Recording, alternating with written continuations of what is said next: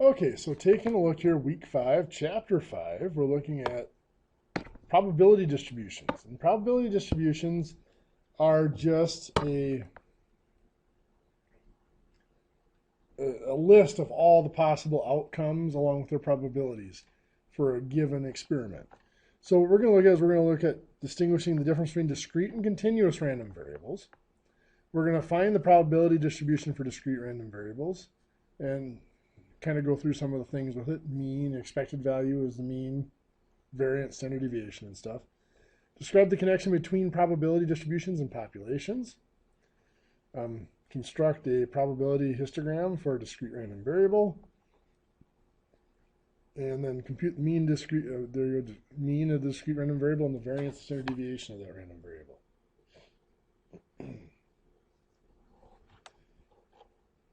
Okay, so distinguish between a continuous and discrete random variable.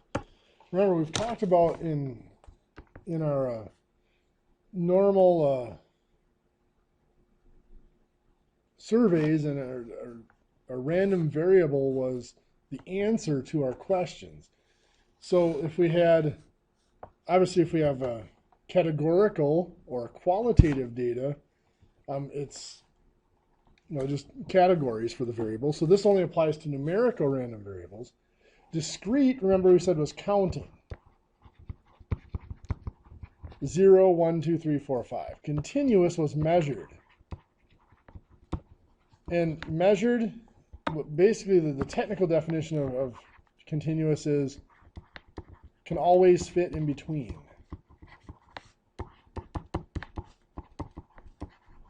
What that means is no matter how close to being the same two measurements are, there's always a measurement that could be in between the two of them.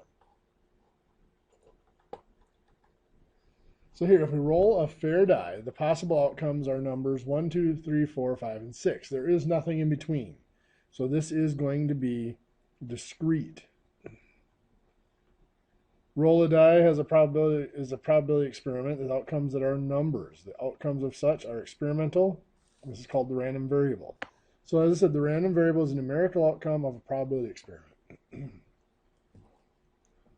There are, like I said, when we're doing surveys and stuff like that, the question we were asking, we could have non-numerical answers, but for probability, we're looking at numerical. So here, the discrete and continuous random variables. Discrete random variables are variables whose possibilities can be listed. So that's another example. I use the can be counted, or counting out. The discrete is also can be listed. Listed individually, not as groups. Continuous variables, they can be listed as ranges, but they can't be individually listed. So numbers that come up on the roll of the die, there's a discrete probability. That is, they can be listed. You can list them from 1 until 1 to 6. Number of siblings of a randomly chosen person. Again, you're going to have 0, 1, 2, 3, 4. You're not going to have 1/2 of a sibling. Continuous random variables are random variables that can take any value on an interval. So anything from your height, whatever the shortest person in the world is, I don't know, maybe a preemie baby is a few inches long. So let's just go from 0 inches on up to the tallest person in the world. I think world record was like 9 feet. So if we went up to 120 inches, it would be 10 feet. You can take on any value in that range. So there is no, you can't possibly list them all out. You can divide it up into ranges and list all the ranges, but you can't list all the individual values. So the height of randomly chosen college student, there we said. The amount of rain that falls in a certain period of time. Again, you could have 0 rain on up to whatever the world record rainfall is in that period of time. And maybe even more. You can always break the record. But there can be any value in between. You're not set to those counted numbers, listable numbers in between. So let's do the probability distribution for a discrete random variable here. So for a discrete random variable, first big thing is for each value of x. What we're listing here is listing the values of x and then the probability that x occurs, right? So for these values here, for each value of x that we put in here, that probability has to be between 0 and 1. Remember, a probability of 0 means it's impossible. It'll never happen. It'll never occur. Probability of 1 means it's definite. The problem is, if it has a probability of 1, it must happen. That means nothing else could happen. Everything else would have to have a probability of 0. The sum of all the probabilities, so if I add up all these probabilities here, has to equal exactly 1. If it doesn't, it's not a valid probability distribution. If it's less than 1, that means there's some values of x, some possibilities that are missing. If it's more than 1, then the probabilities have to be incorrect, because there's no way that they can add up to more than 1. Now, the values of x here, one of the qualifications is that must list every possible outcome.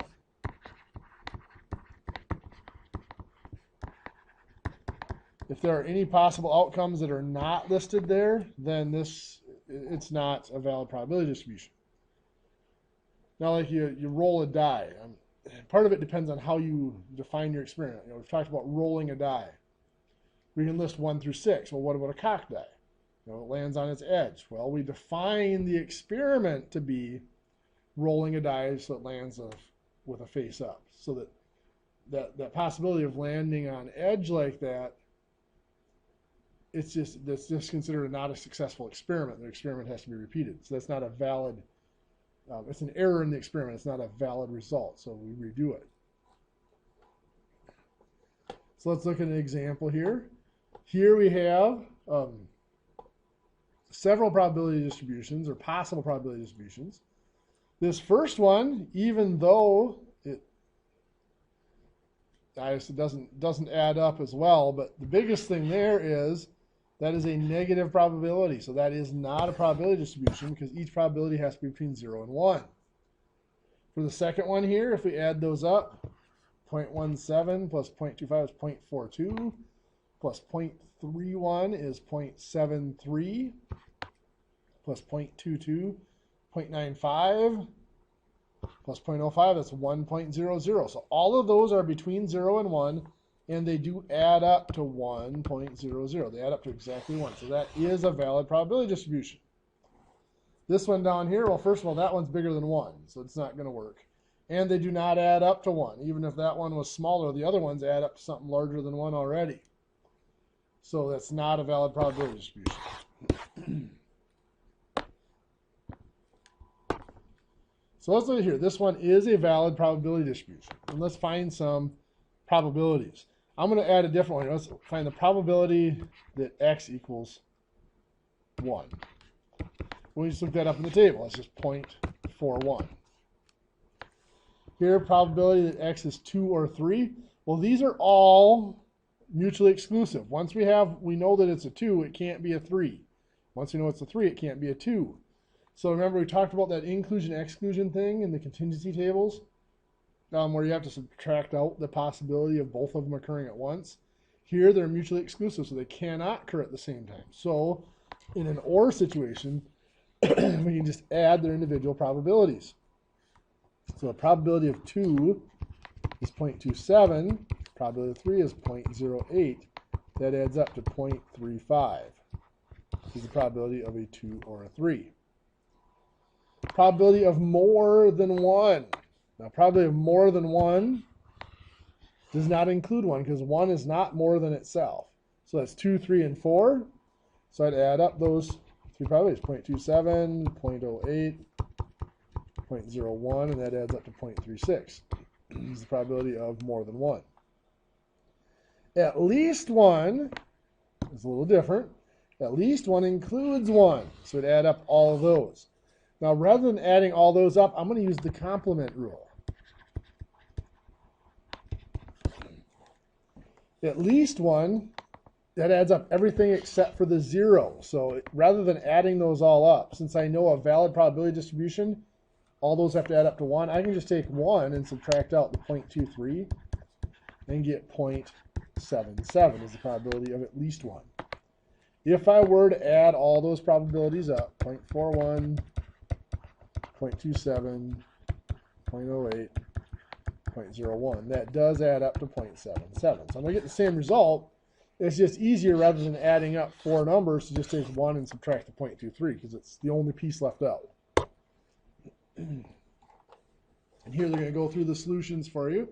We just did that, so I'm not going to spend a lot of time there. I'm just going to scroll through them so you can look at them again. And here's at least one. They did the complement rule as well, rather than adding up the 4 probabilities. And I showed you that those come out to be the same, 0.77. Okay, so let's describe the connection between probability distributions and populations. So if we're interested in studying samples drawn from a population, the random variables are important because when they're drawn from that population, the value observed is the value of the random variable. Probability distributions of the random variable tells how frequent we can expect each of the possible values of the random variable to turn up in the sample. So remember, when we define probability, we said we cannot predict individual cases, but we can predict over the long run what proportion or what frequency certain things will occur. And that's exactly what this is saying. We take the sample out of the population.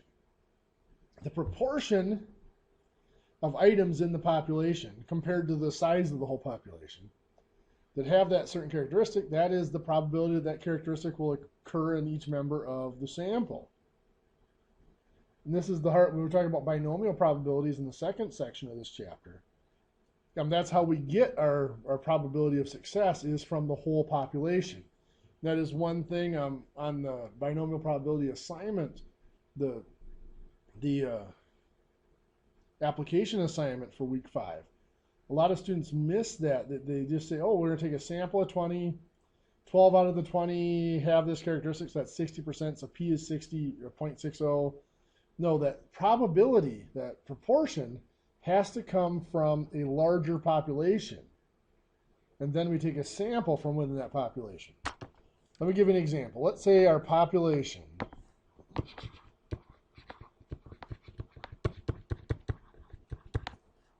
has these characteristics.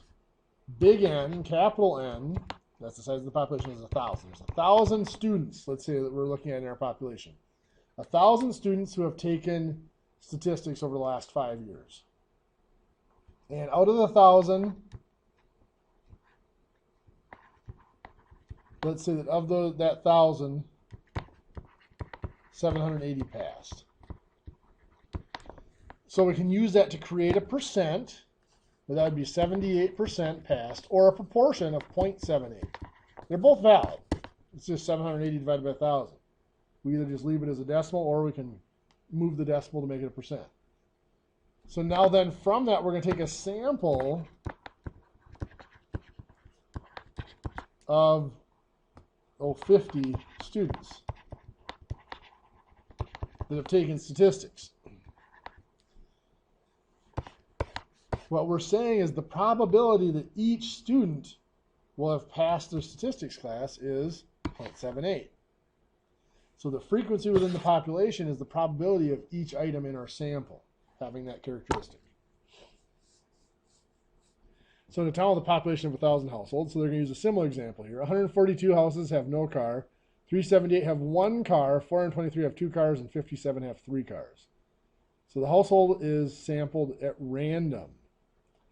So now what we're saying is this is a whole town. Now from within this town, we're going to randomly select a household and sample that household. X is the random variable, represents the number of cars that are in a randomly sampled house, and the probability distribution of X. Well, we have no cars, 1 car, and 2 cars, and 3 cars. Are our only possibilities. So we're going to have a table here with X and P of X. This is going to go 0, 1, 2, 3. And our probability, we're just going to calculate that out of the hole here. 142 with no car out of 1,000. If we divide that out, that's 0.142. 378 out of 1,000 have 1 car. Divide that out, 0.378. 423 out of 1,000. Divide that out, 0.423. And 57 out of 1,000. Divide that out is 0.057. You look at that, all those probabilities are between 0 and 1. And if I add them up, they add up to exactly 1.000. And they go through here now in the PowerPoint. They'll show you that calculation exactly what I did. For 0 cars, 142 divided by 1,000, 0.142, 1 car, and so on. And here is for 2 cars and 3 cars. And then they're showing their probability distribution horizontally instead of vertically. I'm used to seeing it like this with x and p of x, but it works exactly the same way. Construct a probability histogram for a discrete random variable. I don't do this very often, but it's really simple to do. You just have your different values of the random variable. And on the side of the histogram, we're going to label from 0 to 1. Using decimals, actually the largest probability here is going to be less than 0.35, so we just go up 0.35. And you can see 0 is 0.03125, so that bar there goes up to 0.0135. 1 is 0.15625, so that goes up just over 0.15. 2 is 0.31, so again that goes up just past 0.3. 3 is the same. 4 is the same as 1, and 5 is the same as 0. This looks like the probability histogram actually for flipping 5 coins, or, boys and girls. So I have 5 children, the assumption that boys and girls are equally likely, so they each have a probability of 0.5 on each given trial. So yes, the number of ways to have 0, x is going to be the number of boys, I'm guessing. The number of boys. So the probability you have 5 children and none of them will be boys is 0.031. Probability of having 5 children, only 1 boy is 0.15. 2 or 3 boys is the same because 2 boys and 3 girls or 3 boys and 2 girls are the same type of distribution. So yes, you get that histogram that shows all the probabilities of the different values. These are the different possible values of a random variable, and the height of the bar is their probability. So compute the mean of a discrete random variable. So we're going to be looking at a table. The mean is often called the expected value. Now that doesn't mean we expect it to have that value every time, but if we repeat the experiment over and over again, that is the expected average of all those results of the experiment, the average or mean of those values. So to find the mean of a discrete random variable, multiply each possible value by its probability and then add. So this is exactly how we did this for discrete frequency distributions. We multiplied the value times its frequency, and then we added them up. Now, of course, that had the additional step of dividing by the frequency. But in a probability distribution, remember the probability is taking the place of the frequency. This value here, the probabilities will add up to 1.000. So when we divide by that frequency, or the probabilities in this case, we're dividing by 1. So we can skip that step because dividing by 1 does not change the number. So they're doing it out horizontally here. I usually do it as a vertical table, but let's take a peek. A little bit more room than that. I'll do it like this. So x, p of x, 0, 1, 2, 3, and they're putting in simple numbers. Probability of 0 is 0.2, 1 is 0.5, 2 is 0.2, and 3 is 0.1. All those are between 0 and 1. We add them up, and they do come out to be exactly 0.1, so we know that's valid. So that's x times p of x. 0 times 0.2 is 0. 1 times 0.5 is 0.5. 2 times 0.2 is 0.4. And 3 times 0.1 is 0.3. So all I did is multiplied x times p of x for each of those possible values. Now I sum these up. If I add these up, this is 1.2. Remember, this is kind of like the frequency in our frequency distribution. If I add that up, it's 1.0. So technically, at this point, I should divide this total by this total, but that's just 1. So 1.2 divided by 1 is still going to be 1.2. So the expected value of this is 1.2. Now notice it's a discrete distribution. There's absolutely no way to get 1.2 on an individual roll. And that's not what the expected value means. We don't expect any individual roll to get that value, but we expect that on average, if we rolled this 100 times, the average result per roll would be 1.2. Another thing we call expected value, the expected result, the expected total, of a random variable, you can do it as that expected value, EX, times the number of repetitions, or times N, which is the number of times we redo the experiment. So let's say here we're looking at, so this is saying the number of defective pixels on a screen. Let's say we choose 20 screens. How many defective pixels do we expect to have on the 20 screens? Well, we just calculated here that we expect 1.2 pixels per screen. So 1.2 pixels is the expected value times the number of screens of 20. That comes out to we're expecting to have, on average, out of 20 screens, we'd expect to have about 24 defective pixels total. So that's what that is giving to us. There are many occasions in which people want to predict how much they're likely to gain or lose if they make a certain decision or take a certain action. Often this is done by computing the mean of the random variable, the expected value. In such situations, the mean is sometimes called the expected value, and it is sometimes known as E of X. If the expected value is positive, it's the expected gain. If it's negative, it's an expected loss. Expected value is often used to evaluate gambling games to see if they're a fair game. A fair game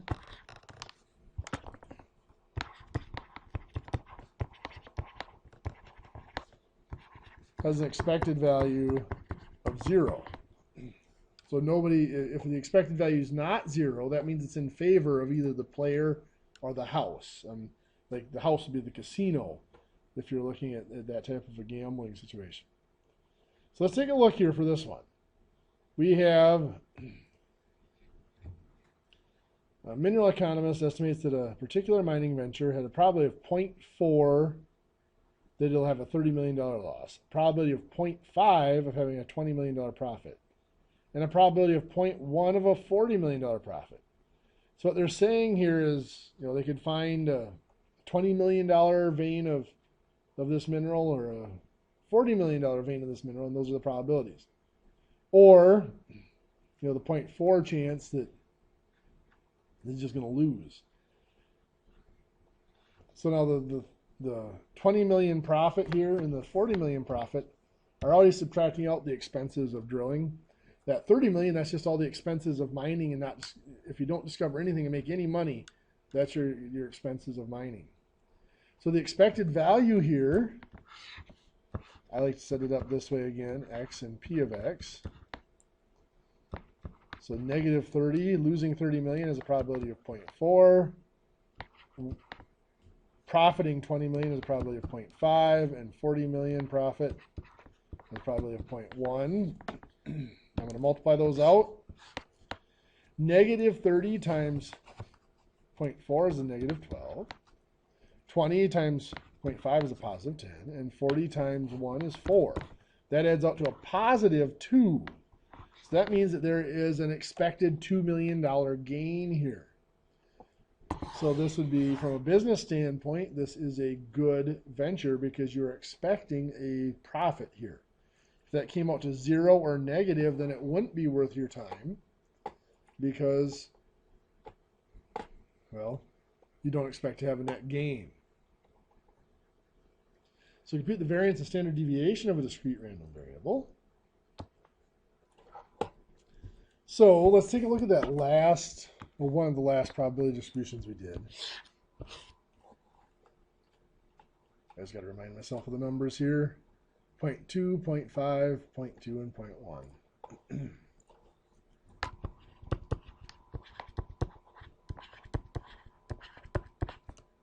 So X and P of X. 0, 1, 2, and 3. So again, these are our results of the experiment, 0, 1, 2, and 3, and that's the probability of each result occurring. And we already calculated the expected value, but let's do it again, X times P of X. The first step in finding the standard deviation, the variance of standard deviation, is always to find the mean. So we'll do that first. 0 times 0.2 is 0, 1 times 0.5 is 0.5, 2 times 0.2 is 0.4, and 3 times 0.2 is 3 times 0.1 is 0.3. That adds up to 1.2 is my expected value, or my mean of this probability distribution. Now the next step is to subtract the mean. Subtract e of x from x for each x. So 0 minus 1.2 is a negative 1.2. 1 minus 1.2 is a negative 0.2. 2 minus 1.2 is 0.8. And 3 minus 1.2 is 1.8. And now remember, once we've subtracted the mean from each, then we square each number. So 1.2 squared is 1.44. Negative 0.2 squared is 0.04. 0.8 squared is 0.64. And 1.8 squared is 3.24. But before this is where we would normally add those up. But before we add them up, now we have to multiply by this value times the probability. So 1.44 times 0.2 is 0.288. 0.5 times 0.04 is 0.02.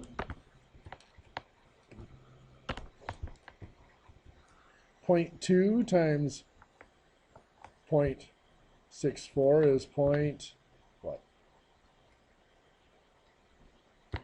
128. I'll put a 0 on that just so we all have 3 decimal points. And 0.1 times 0.324, or 3.24 is 0.324. And I can now add those all up. 0 carry the 2 at 12. 16 carry the 1. 3, 4, 7. So I'm getting a 0.760. That is my variance. Now again, I would normally divide by my total here, but that's going to be 1, so I don't have to divide by it. We're assuming this is a population rather than a sample, because you can't divide by 1 minus 1. You can't divide by n minus 1. It would be divided by 0. So we have to assume this is a population. So we're dividing by just n. So that's our variance, and then the standard deviation would be the square root of that, square root of 0.76. So square root 0.760 over 0.76. 0.8718 we're going to go with. This is the standard deviation. So let's go ahead and take a look and see what the examples they have for us. So they're showing us the formulas here. Again, you see they left out the divide by n or n minus 1.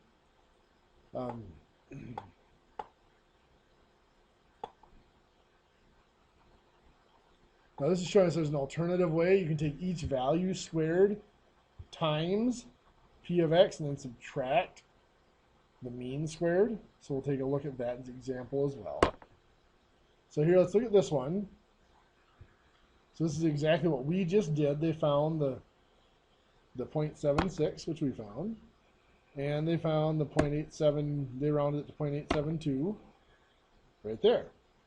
Now, they also had that method where you took the square of each value times p of x. So let's take a look at that. Let's see how that would work out here. The mean is 1.2. So we have the mean of 1.2 squared. 1.2 squared, which is going to be 1.44. So we have that. Now we have each value squared. 0 squared is 0, 1 squared is 1, 2 squared is 4, 3 squared is 9, times p of x. So 0 times 0.2 is 0.2. 0 times 0.5 is 0.5. Or sorry, 1 times 0.5 is 0.5. 4 times 0.2 is 0.8. And 9 times 0.1 is 0.9. Now you see you have to add those all up right here. You add up the value squared times the probability. So we're going to add them up. 0 plus 0.5 plus 0.8 plus 0.9 is 2.2, it looks like. And then we're going to subtract that mean squared, 1.44, which does give us 0.76. So that is the variance. That's our alternative formula for the variance. We're going to square root that to get our standard deviation. So there are two different formulas. Let me just put these side by side for you. So we had x, p of x. So our values of x are 1, 2, or 3. Our probabilities were 0.2, 0.5, 0.2, and 0.1. 0.2, 0.5 probability of coming up with a 1, 0.2 probability of coming up with a 2, and 0.1 probability of coming up with 3. We found our mean by doing x times p of x. I'm just going to buzz through this, so we've done this. Actually, you know what? Let's use different numbers. Why not? I'm going to give you a different probability distribution just so we can see this all done again in a different way. So let's look at the number of classes a student has. So 1, 2, 3, 4. Let's say nobody's taking more than 5 classes this semester. Look at the probability that out of all the students in the college at the moment, let's say that 0.12 are taking, actually it's 0.08 are taking 1 class. 0.12 are taking 2 classes. 0.35 are taking 3 classes. 0.40 are taking 4 classes. What's that add up to now? Is it 0.05 is what's going to have to go in here for 5 classes. So now let's find E of x, the expected value, or the mean. So it's x times p of x, value times its probability. 1 times 0.08 is 0.08. 2 times 0.12 is 0.24. 3 times 0.35 is 1.05. 4 times 0.4 is 1.6. And 5 times 0.05 is 0.25. So we add that all up. We got 12, 17, 22. So 2, carry the 2. 4, 10, 12, carry the 1. 3.22 is my expected value. That is my mean. So mu equals that, or E of x equals that, if you want to use that notation. Now to use the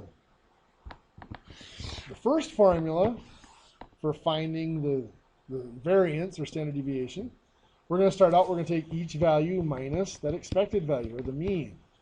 So 1 minus 3.22 is a negative 2.22. 2 minus 3.22 is a negative 1.22. 3 minus 3.22 is a negative 0.22. 4 minus 3.22 is 0.78. And 5 minus 3.22, just be a positive 0.78 and a negative, is a 1.78. Our next step is to square those. So we've got negative 2.22 squared. Now that should be a positive. I didn't put it in parentheses. I should have done this. I should have done parentheses, negative 2.22 squared. When a negative number has to put in parentheses to square it. I caught that because when you square a number, the result always has to be positive. So 4.9284. And then 1.22, negative 1.22 squared, so parentheses negative 1.22 squared. 1.4884. 0.22 squared, negative 0.22 squared. 0.0484. 0.78 squared. 0.6084 and 1.78 squared is 3.1684. So if we could add these all up at this point, but this is normally where we would add them up, but remember we still have to multiply by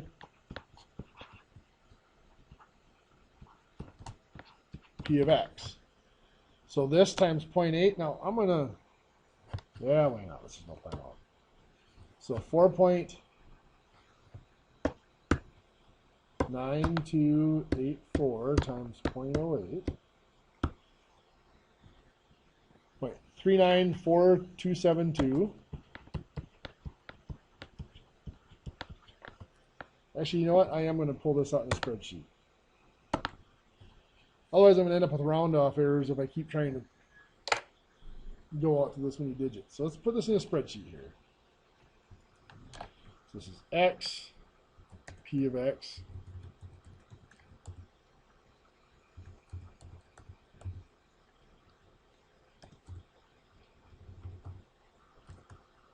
.08, 0.12, my values, 3540.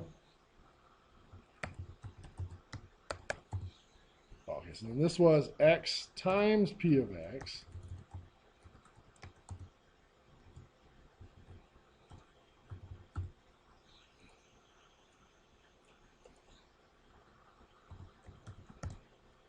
We summed that to get our expected value.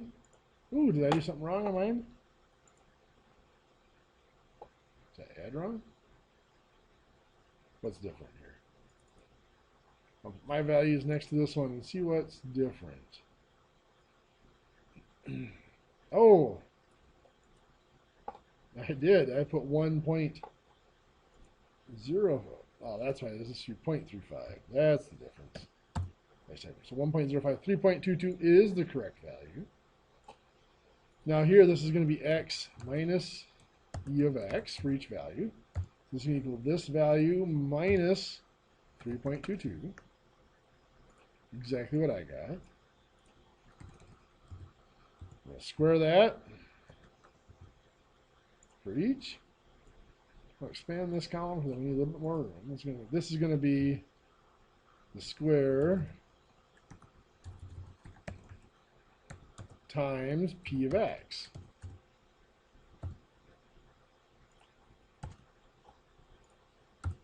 That's what we had. So now we're going to total this up. So we sum up this column and we'll get 0.9916. That is the variance. The standard deviation is going to be that value square rooted. So square root of that value, 0.99579. If we went to 4 digits, 0.9958 is what that would round to. So we have the variance and standard deviation there. Now remember, there was that formula where we could take each value squared. So I'm going to pull this out here for a second. I'm actually going to move this column over. This is going to be x squared.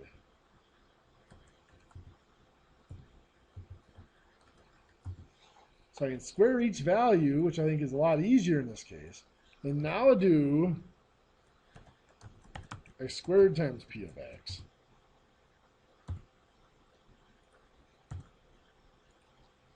And sum those up.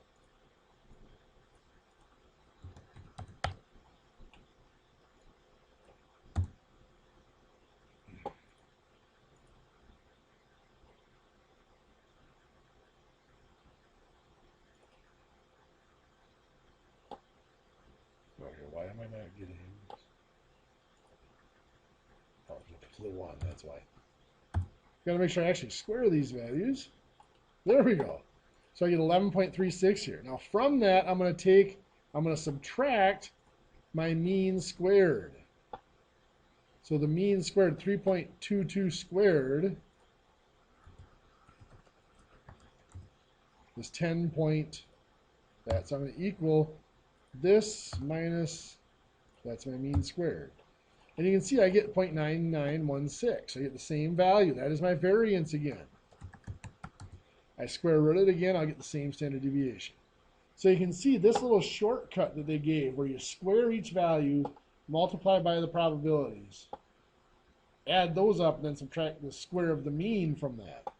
This here, what I subtracted here was just the mean squared, 3.22 squared. A lot easier if you're calculating it by hand than doing the long formula. Okay, so anyway, back to our PowerPoint here. We wanted to use the calculator. So on the calculator, we're going to use that stat function again. We're going to stat edit to enter it in. We're going to enter the value of the random variable in list 1 and then the probability in list 2, making sure we get them lined up. And then we can do our one variable statistics just like anything else. So let's do 2 of them here. Let's do the example they had right here. Let's do that one. So I'm going to clear this out. Stat, edit, and then edit for the list. That pulls up our list. Remember, to clear out a list, you go up and highlight the name of the list, so L1, hit clear and enter, and it'll clear out the whole list for you. So now we're going to put in 0, 1, 2, and 3. Our values. We've got 0.2.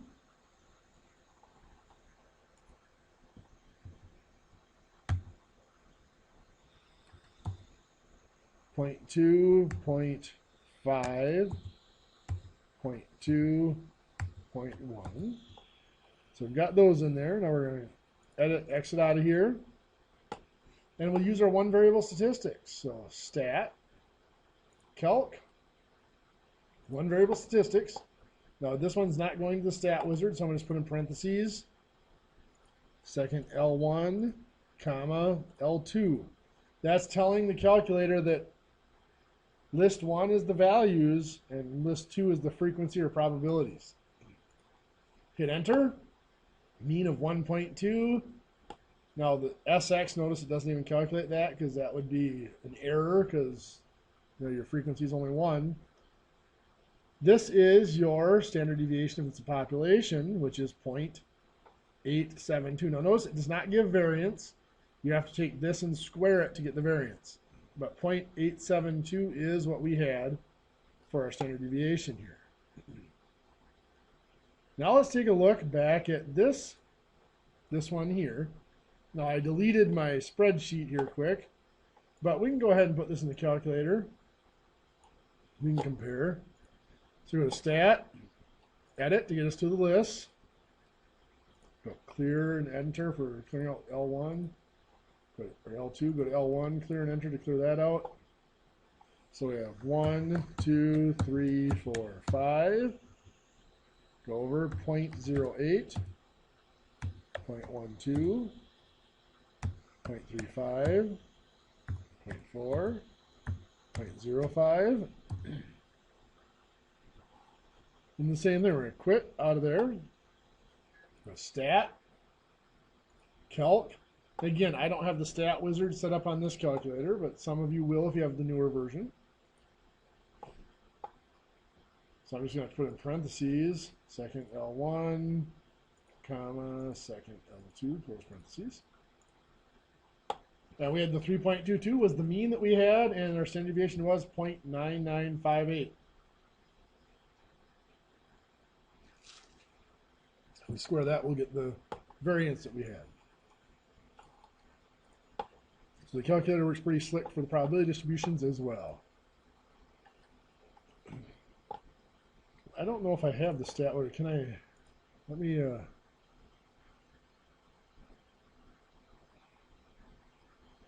don't have different options. I've got my other emulator at home. I have the type of calculator. I can change it to the TI-84C that does the stat wizard. So if you look at the recording from Friday afternoon, I showed you the stat wizard. It's the same thing. You're just going to enter L1 and L2 instead of putting it in parentheses afterwards. So this is just showing the rest of the steps. It shows that the mean and the standard deviation come out on the calculator. So what did we learn in section 1 here, chapter 5?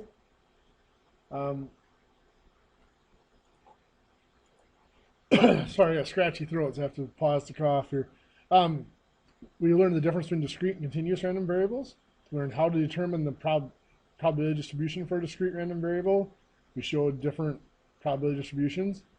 We showed the probability distribution versus the population and how we got it from the data of the population, just using basically relative frequency We showed the probability histogram, and we looked at the mean of that discrete random variable of a probability distribution, and the variance and standard deviation of that discrete probability distribution. So next we're going to move on to section 4.2. So I'm going to pause while I pull up the next PowerPoint. Okay, so section 5.2 is talking about the binomial distribution. It is a discrete probability distribution that has a lot of applications. It's probably the most used discrete probability distribution out there. So we're going to first determine whether a random variable is binomial, to determine the probability distribution for a binomial random variable, compute binomial probabilities, and compute the mean and variance of binomial probabilities. So let's take a look. Determine whether a random variable is binomial. Now there's a term that this book does not use that I'm used to using and I like using is something called a Bernoulli Trial. If I can spell it right. A Bernoulli Trial is a single experiment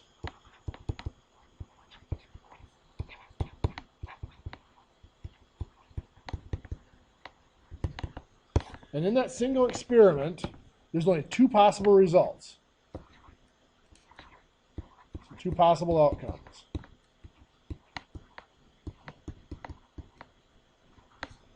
Success, I'm just going to label with a capital S, or failure, which I'll label with a capital F. And the probability of success is constant. It does not change. And is independent of other trials. Each trial is independent.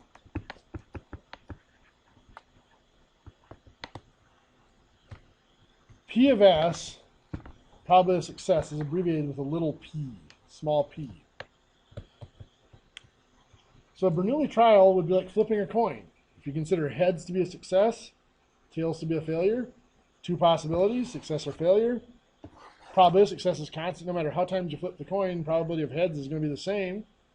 Each trial is independent. Doesn't matter if I get 10 heads in a row, the probability of flipping heads on the next flip is still 0.5. Rolling a die is a Bernoulli trial. If I look at rolling a 3 as being a success, probability of success will be, there's only two outcomes then. Either I get a 3, it's a success, or I get something else and it's a failure. So it doesn't necessarily mean there's only two outcomes, there's only two events, I should say. Remember, events are groups of outcomes. So I can group the outcomes into events such that there are only two possible events, success or failure. So I grouped all the outcomes that are not 3 into the event of a failure, where getting a 3 is my success. So probability of success is still a constant, 1 out of 6, no matter how many times you roll the die, and each trial is independent. I can get 7 6s in a row, and then probability of getting get 7 3s in a row, and probability of getting 3 on the next roll is still 1/6. Now the reason I define that is when we look now at a binomial distribution. Binomial distribution is actually a series of Bernoulli trials, repeating a Bernoulli trial.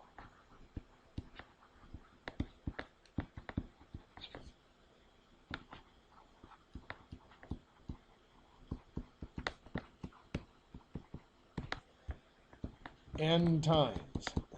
So if I roll the die 7 times, N would be 7. If I roll the die 12 times, N would be 12. So that's what a binomial experiment is that repeated Bernoulli trials a certain specific number of times.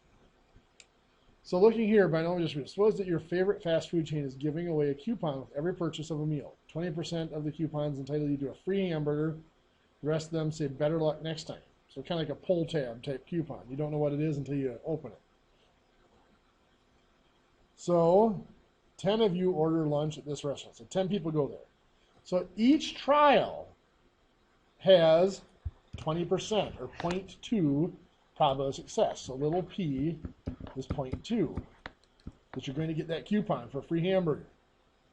There are 10 people, so n equals 10. You're repeating this trial 10 times.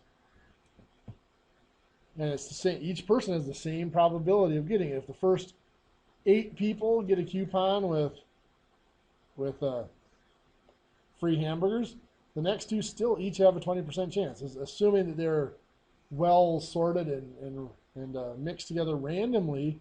You could have 30 or 40 in a row that get the free hamburger coupon. So it's each one is independent. Doesn't matter that the person before you got the coupon, you still have the same chance. What is the probability that exactly 3 of you get free hamburgers in general? Well, now what we're saying here is probably a 3. That means x equals 3. X is the desired number of successes.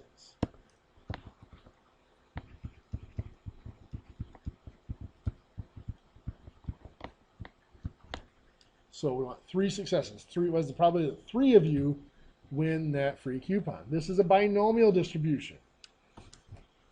Well, the calculation by hand of a binomial distribution is extremely difficult. So they're actually going to go here, they're actually defining a trial. So here we have 10 trials. That's where we said n equals 10. Coupon is good for a free hamburger. We call that a success. Our random variable, that's something that when we get a binomial distribution, our random variable is not a success or failure on an individual trial. Our random variable here is the number of successes in n trials. So in this case, there's 10 people, so there's 10 trials. N equals 10. So it's the number of successes out of 10 trials, number of people who get a coupon out of that group of 10. So there's a fixed number of trials. That's one of our qualifications for binomial distribution. We have to predetermine that we're going to do it this many times. There are 2 possible outcomes for each trial, success or failure. That comes from our Bernoulli, since each trial is a Bernoulli trial. We have those 2 outcomes. Failure, success, probability of success is the same on each trial. Again, that's from the Bernoulli trials. Trials are independent, again, from Bernoulli trials. They're independent so that the result of one trial does not affect the outcome of the other trials. And the random variable x represents the number of successes that occur. So that is unique. Those 2 are added on to it to make it a binomial distribution. These 3 are for each individual trial, each individual Bernoulli trial. Define those trials and what they have to be, and then the other 2 put them together to make a binomial distribution. All 5 of those qualifications have to be met to be a valid binomial distribution. Now, this probability of success, that's something that a lot of you a lot of students struggle with in the week 5 application assignment, where you have to come up with an example. That probability of success we cannot look at the 10 people and say, hey, 3 out of the 10 people got a coupon, so probability of success is 0.3. No, you can't define the probability with the group that you're trying to learn to do the probability on. That percent, 20% or whatever, 0.2 probability of success has to be defined by a larger population. Notice here it said 20% of the coupons say free hamburger. So that's already been defined by a larger population.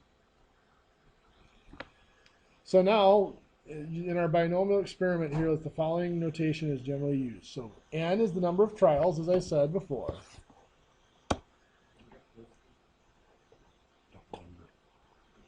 So the number of trials is denoted by the letter n.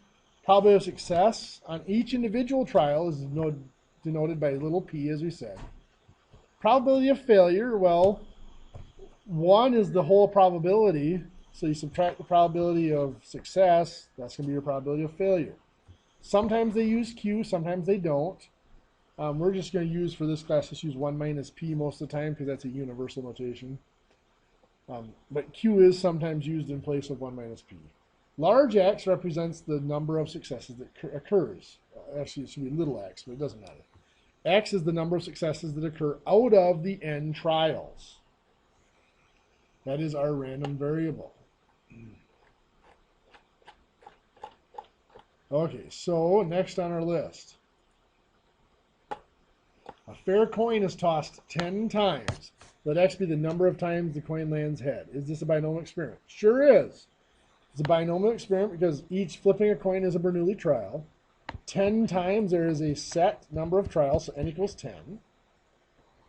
P, flipping a coin, chance of getting heads is 0.5. Heads is our success, because that's the number of times it lands heads is what we're looking at.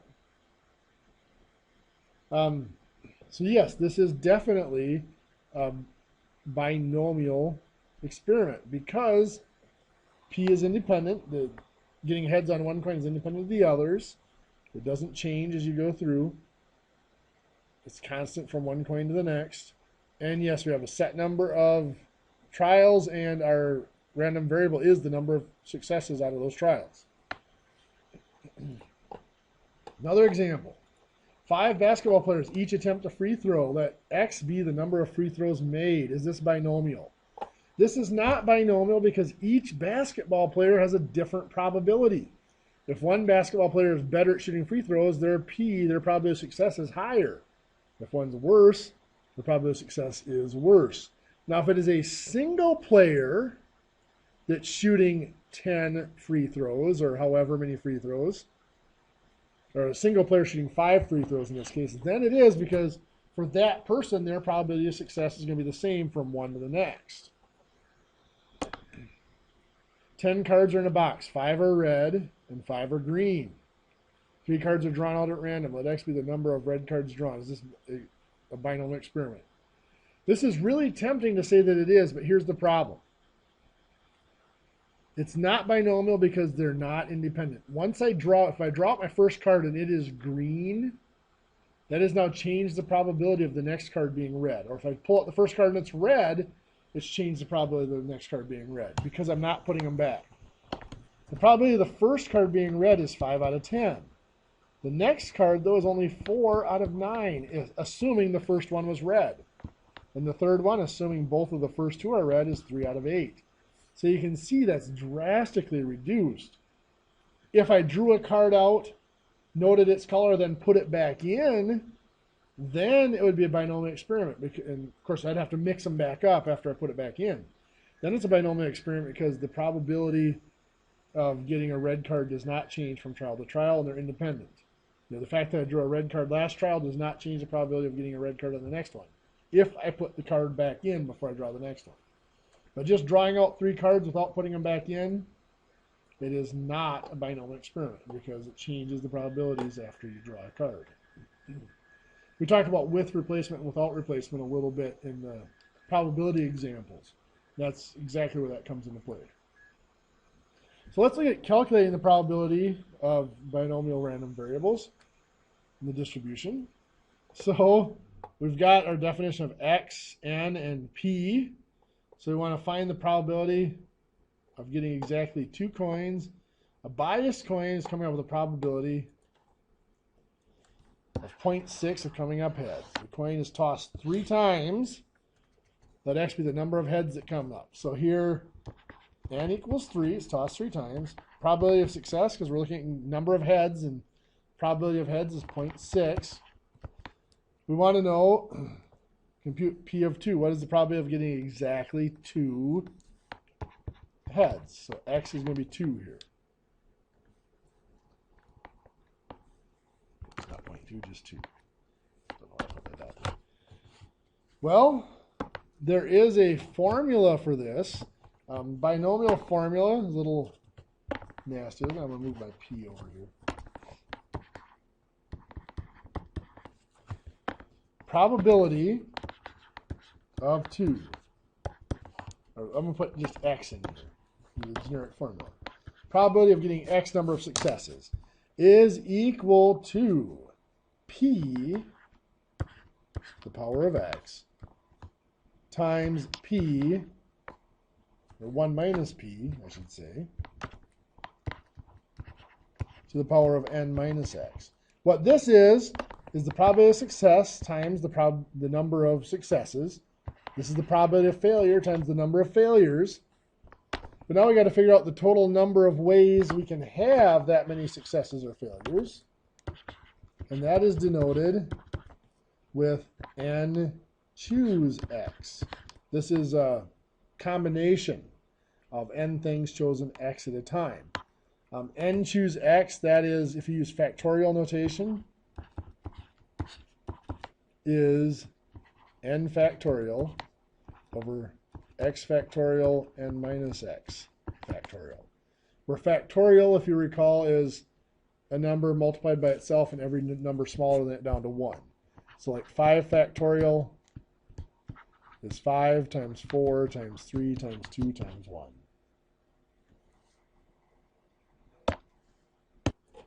So for this one here, let's go over to a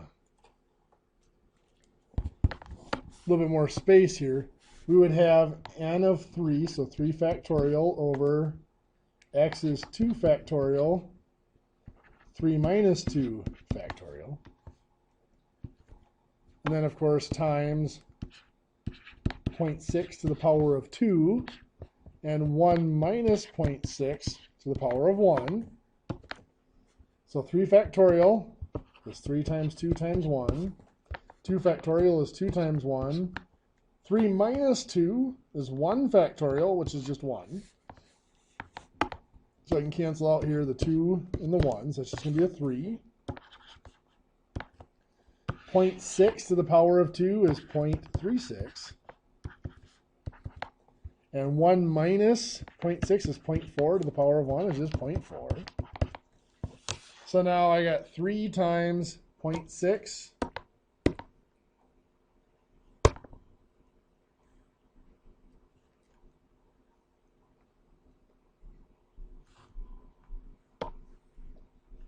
0.36 times 0.4. 0.432.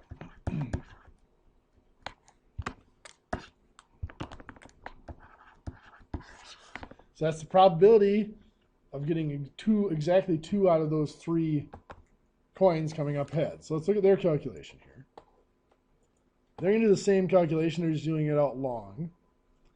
They're doing out all the different possibles. 2 heads followed by a tails, 0.6, 0.6, 0.4.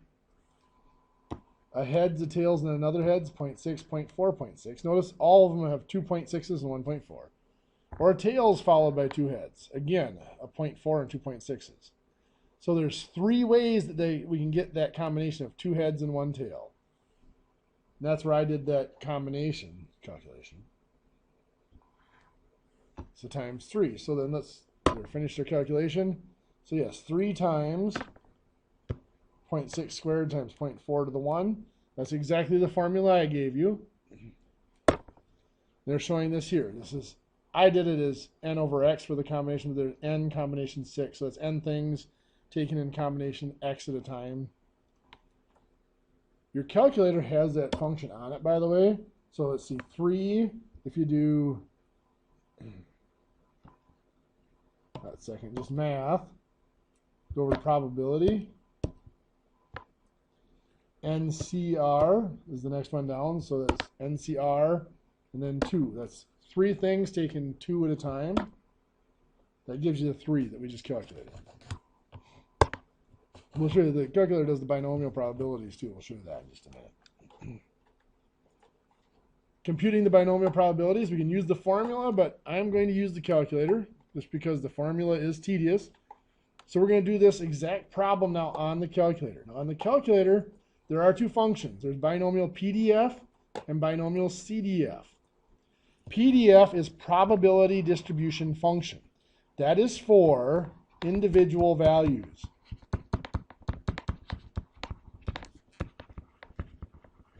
Of x, of a random variable. CDF stands for cumulative distribution function. That calculates the probabilities of 0 up to x for that function. So it adds them all up. So if we did that for the coin toss example, it would be the probability of 0 heads plus 1 head plus 2 heads out of 3. We'd add those probabilities together instead of just giving us the solo probability. And they're described as being less than or equal to the value of x, which is the same thing, from 0 up to x. So on my calculator, I'm going to do this probability. So I'm going to do second distribution, DISTR. Our binomials are actually down the 10th and 11th options down here. Actually, it might be the 11th and 12th options even. Yep, it is the 11th and 12th. Binome Pdf is A, and Binome CDF, cumulative distribution, is B. Now that I know that, I can reference them in a quicker way, but I'm going to select that here, Binome Pdf. I have 3 trials and 0.6 probability of success on each trial, and I'm looking at 2 successes. I get 0.32. So the way that is done here, Binome Pdf, it's N, the number of trials, P, the probability of success in each trial, and then X goes in there. So then the next slide here is just showing you the Binome Pdf function. So yes, we do enter an N, and then P, and then X. And as we saw, that gives us our probability 0.432, just as we calculated before. The Binome CDF, as I said, is the less than or equal to, or it goes from 0 up to the value that we specify for X. We'll look at some problems that will require that here as we go through. So say, according to Nielsen Company, approximately 30% of U.S. households had a digital video recorder. So again, this 30% is not part of the sample. This is part of a population set of U.S. households have the digital video recorder. So the 30% is defined or drawn from a larger population. And now we're going to focus it down into a smaller group that we're going to sample. So suppose a random sample of 15 households is taken. Use the binomial probability distribution to find the following probability. So what we have so far, N equals 15, because we're sampling 15 households. Little p equals 0.3 from the 30%. Now again, that 30% did not come from the 15 households. It came from a larger population. And we're now applying it to that sample of 15 households. So find the probability that exactly 4 of the sampled households have DVRs. So that word right there, exactly, is the key term. Whenever it says exactly, or basically we know that it's just an individual value,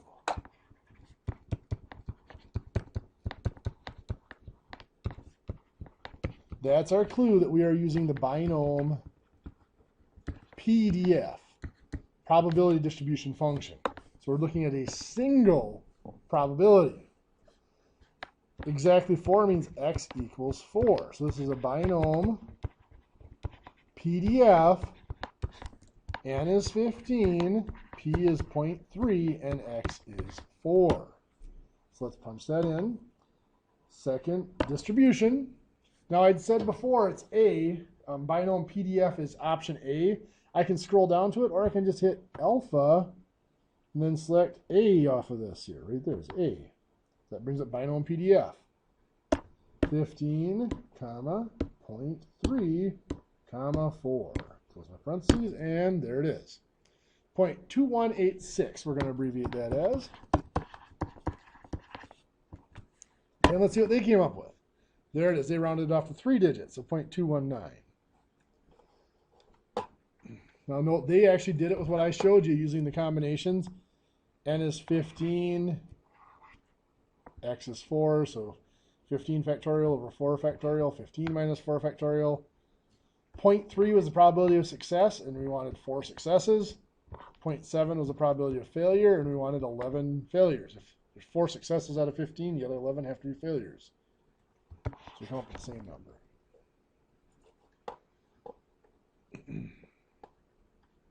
Again, they're showing here the calculator command that we just put in as well. So now, same situation. So we still have N equals 15 and P equals 0.3. But now we're looking at find the probability that fewer than 3 have a DVR. So fewer than 3, that would be 0, 1, 2. Is 3 fewer than 3? No. If it said no more than 3, then 3 would be included. But this is only 0 through 2. So now this is 0 up through a certain value, so it's going to be a Binome CDF. CDF for cumulative distribution function. The question is, what goes in for X? We know N is 15, P is 0.3. It's really tempting to put in 3 for X, but 3, that would add up 0 through 3. We only want to add up 0 through 2 because 3 is not included, then fewer than 3. So 2 is what has to go in there. So that's the tricky part. Note, even though this said fewer than 3, it's 2 that goes in for x because we don't want to include the 3. We only want to go up to 2. So we're going to do second distribution. And now again, instead of scrolling all the way down to B, we know that Binome CDF is B. I'm going to hit alpha and then B. There's a Binome CDF. 15 for N, 0.3 for P, and 2 is what I'm putting in for X. So they only want 0, 1, and 2 added together. So you get 0.1268.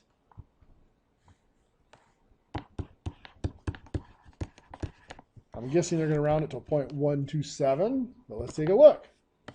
And there it is. They did the same thing. 15, choose 0. They had to do all 3 probabilities. So this is the probability of 0. This is the probability of sorry, this is 0, this is 1, this is 2. And they added those together after they calculated them. They get the 3 probabilities and add them together to get 0.127. So I'm assuming we scroll down, they're going to show us our next calculator command. Here it is. Same thing. 15, 0.3, and 2. They get the 0.1268, just as we did.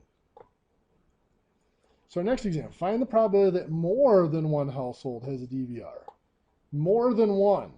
So now this is looking at, well, again, n equals 15, p equals 0.3. That hasn't changed. But now we have more than one. So 1 is not more than 1. So that's 2, 3, 4, on up through 15. So we could find all of those probabilities and add them together. The Binome CDF function does not allow us to go greater than, it's only less than. So the other option would be to do this. We're going to do the complement. We're going to take 1, which is the whole probability space, and subtract out the 0 and the 1. Well, 0 and 1 can be found by using the Binome CDF. Binome CDF, well, n is 15, p is 0.3. The question is, what do we put in for x? Well, we're going from 0 to 1, so that's just going to be 1. Will give us 0 and 1. And we've got to remember it's 1 minus that. So on the calculator, we're going to do 1 minus second distribution. Second, b, because we want the CDF. 15, comma, 0.3, comma, and we're only going up to 1, so 0 and 1. Enter, 0.9647. So we got a probability of 0.9647. Let's see what they did. So they did the same thing, 965, they rounded it off to. And notice they did the same thing I did. Rather than calculating out 14 probabilities, they found probability of 0, probability of 1, and they subtracted those from 1. So they added those 2 probabilities together, they got that, and then you can see down here they subtracted from 1 to get the complement. So this 0.035, that is the probability of 0 plus the probability of 1. Otherwise known as probability of 0 or 1, if you want to look at it that way. Then, of course, the calculator command, as I did, 0.96473, works out the same. Oops. Okay, so then our next example. So another example here, let's take a peek. So we're still same circumstances, n is 15, and p is 0.3. Find the probability that the number of households that have a DVR in this randomly selected sample of 15 is between 1 and 4. Now, inclusive is important. Between 1 and 4, does it include the 1 and 4 on the ends? Well, when they say inclusive, it does. So what that is saying is we want probability of 1 plus the probability of 2 plus the probability of 3 plus the probability of 4. Otherwise, if it was not inclusive, it said exclusive or not inclusive, it would have just been the 2 and the 3 because it wouldn't include the endpoints. Excuse me. Well, how do we do this? Well, we've got a couple of ways we can do this. We could find the, put the p as 0 on here, the cumulative probability, the Binome CDF. If I went, 15.3 and 4, that's going to give me from 0 up to 4. And then I could just subtract out the 0, right? Or I'm going to do it this way just because if it's not, let's say it was from 7 to 10, and I'll do that one in an instant here. Binome CDF, I don't know why I put a P here, CDF 15.30. It's just as easy to use the Binome CDF, because that way if that wasn't just 0 there, if there was others below it, I'd subtract them all out as well. So you see I'm going up to 4, so I include 4 here, and I'm subtracting everything that's below 1, so I'm subtracting out up to 0 here. So second, distributions, alpha b gives me Binome CDF 15, 0.3, 4. Subtract out second distribution, alpha b Binome CDF 15, 0.3, 0. And I'm going to get 0.5107. Now I'm going to go through and we're going to show you their answers quick first. And I'm going to come back and do another example here just to emphasize what I was saying there about the Binome CDF. So they're doing the same thing. They're getting 511, they're rounded off to. And they just added up. This is probability of 1, probability of 2, 3, and 4. So they found the 4 probabilities separately and added them all up to get the 0.511. On the calculator, they did Binome CDF up to 4 like I did. They just subtracted the Binome PDF of 0, which is fine.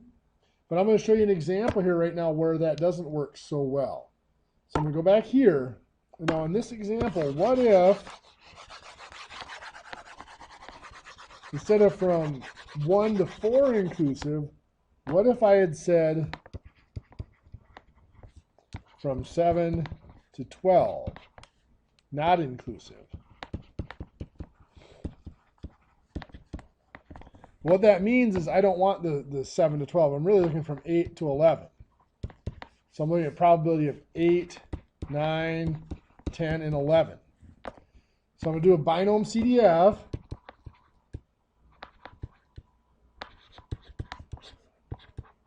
(15.3) and 11. That gives me 0 up to 11. So 0, 1, 2, 7, and so on. And now I've got to subtract out the 0 through 7 because I don't want those in there. So I'm subtracting out Binome CDF 15.3 and 7 up to 7 because I want the 8 but I don't want the 7. That's what it's not inclusive. That's why the 7 and the 12 are not included in this. So this is why I used the Binome CDF last time, because it's a pattern there. When I'm doing a range, I'm taking one Binome CDF and subtracting out the other Binome CDF of the part below the range. So second distribution, alpha b,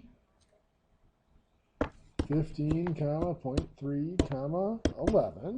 That's my upper limit. Minus second distribution, alpha b, 15, 0.3, 7 is the step below the lower end of my range. Gives me 0.0499. Will be that probability. So they did use the PDF there just because they knew that 0 is just a single number. But I would always still, even though it's just 0, I'd still use CDF because we are subtracting out everything below that range. We have this range that we're looking for. We find from 0 up to the top of that range, then we're subtracting out 0 up to just below the range. So, mean and variance of a binomial random variable. We could go to the table and calculate this. What it comes out to every time is the mean, or the expected value, is just the number of trials times p. For example, let's do, did we do a table up here about coins? I think we did.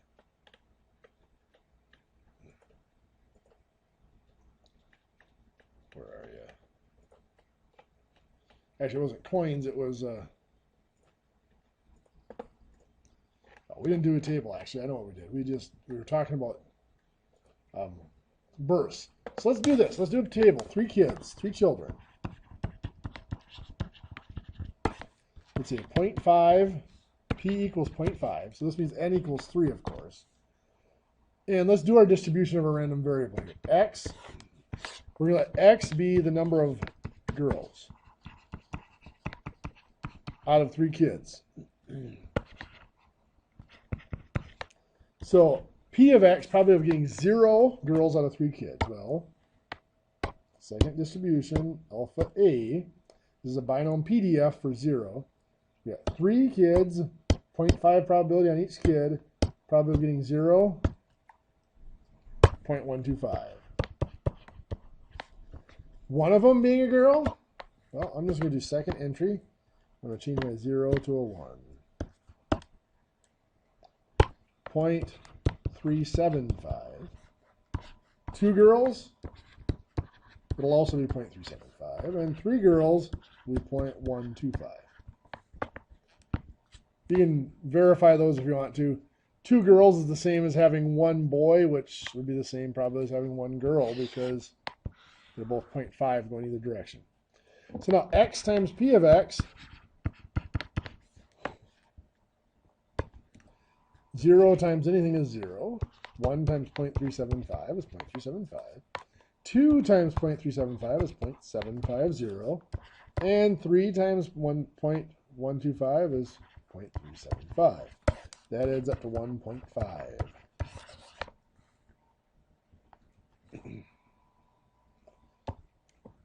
So if I had that, for that example that I just did, n was 3 and p is 0.5. 3 times 0.5 is 1.5. That's exactly what I got from doing my table. So you can see here the mean is n times p. Mean of the random variable x is n times p. The variance is n times p times 1 minus p. And let me show you that. I'm going to actually pull up an Excel spreadsheet and we'll do it in there. Just to make life quicker.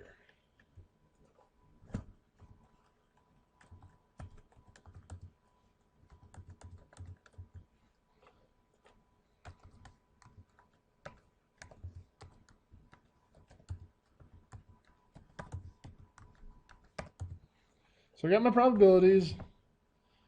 We're going to subtract now x minus the expected value of x, or x minus the mean. So that's going to equal this minus 1.5. We're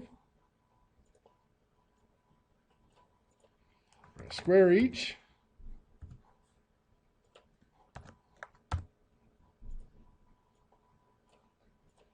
The square times the p of x.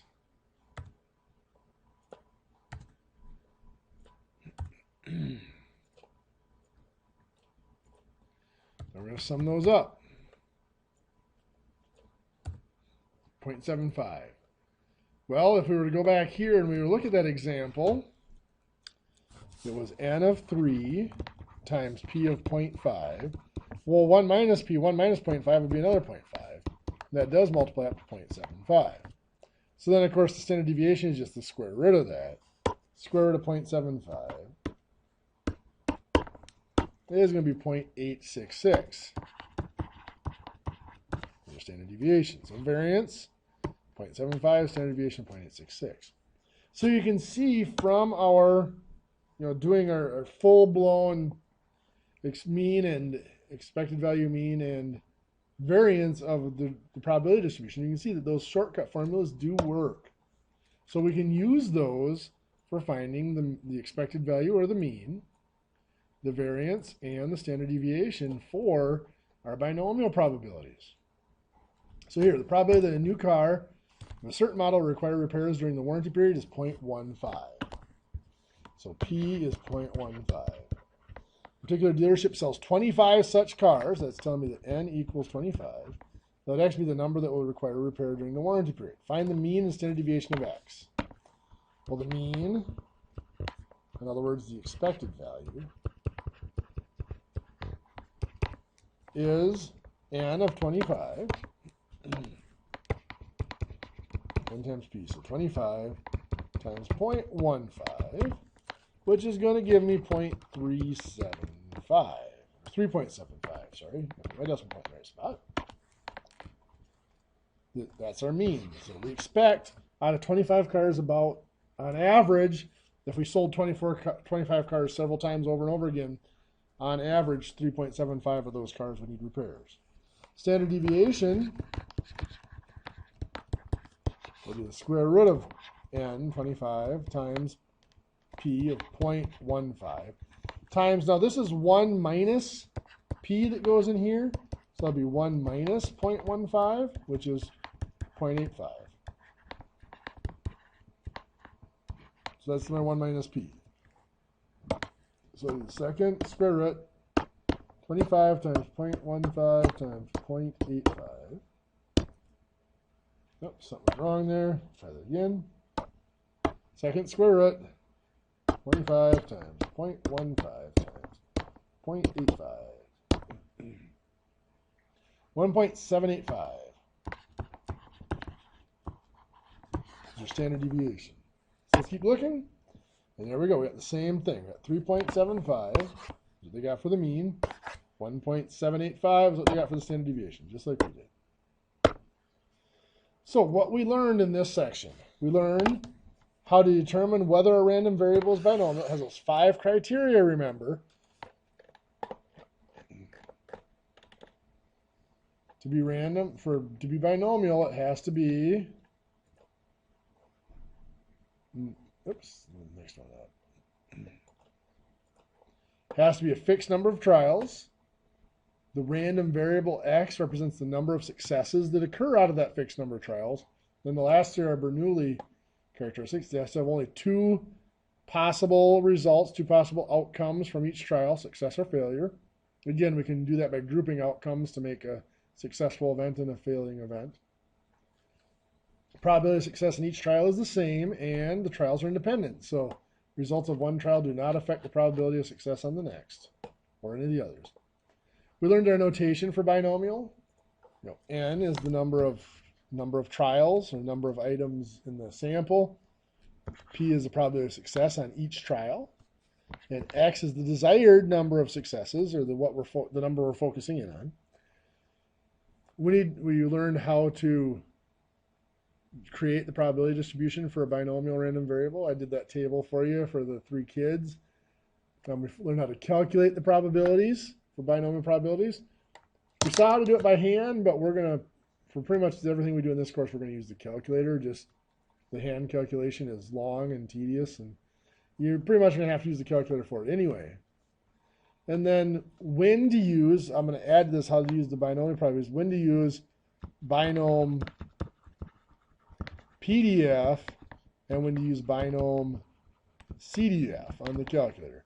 PDF is an individual value, and CDF is when you need 0 up to a certain number. And you can use that for other things to create different ranges. And then, of course, how to compute the mean and variance of a binomial random variable. That is just these formulas here. Oops, up there. So that's it for week 5. Next week is our looking at a test, so we'll have a test review next week. Have a great week.